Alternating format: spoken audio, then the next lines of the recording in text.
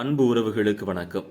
இன்றைய நாளில் நாம் பார்க்க இருக்கக்கூடிய புனிதர் கார்லோ அக்குட்டிஸ். இவர் இத்தாலி நாட்டில் உள்ள மிலன் எனும் நகரில் 1991 மே 3 பிறந்தார். சிறுவயது முதலே கடவுள் மீது அன்பு, இறைவேண்டல், ஏழைகள் மீது அக்கறை ஆகியவற்றில் சிறந்து விளங்கினார். தினமும் ஜெபமாலை ஜபிப்பது, திருப்பலியில் பங்கெடுத்து நற்கருணை உட்கொள்வது இவருடைய அன்றாட செயல்களாக இருந்தன. இளம் வயது தொடக்கத்திலே மற்ற இளைஞர்களைப் போல விளையாட்டுத் துறையிலும் சரி, இணையத்திலும் சரி மிகுந்த ஆர்வம் கொண்டவராக இருந்தார். ஆனால் அந்த விளையாட்டையும் சரி, அந்த இணையத்தையும் எந்த முறையில் அணுக வேண்டும் என்பதுதான் இவருடைய வாழ்க்கை நமக்கு சுட்டி காட்டக்கூடிய பாடமாக இருக்கிறது.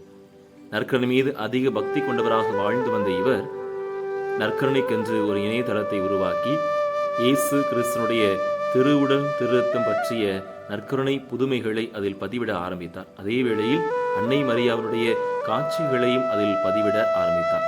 இவ்வாறாக தான் பெற்றுக்கொண்ட அந்த ஆசீர்வாதத்தை இணையத்தின் வழியாக மற்றவர்கள் பெற்றுக்கொள்ள வேண்டும் என்று சொல்லி அவர் அந்த நற்செய்தி பணியை செய்ய ஆரம்பித்தார்.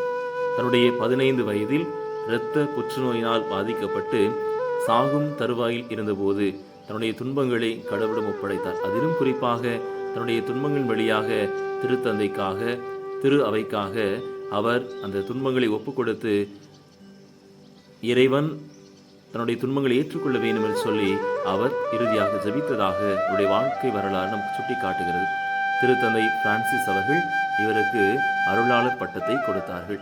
புனித கார்லோ அக்குட்டிஸ் அவர்கள் வழியாக நாம் பெற்றுக்கொள்ளக்கூடிய பாடம் என்பது நற்கருணையோடு நேரடி தொடர்பில் நாம் இணைந்திருக்க வேண்டும்.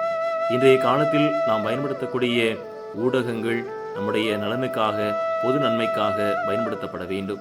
மற்றவர்களோடு இரக்க குணத்தோடு எளிமையான வாழ்க்கை வாழக்கூடியவர்களாக நாம் இருக்க வேண்டும் என்பதுதான் கார்லோ நமக்கு கொடுக்கக்கூடிய பாடமாக இருக்கிறது.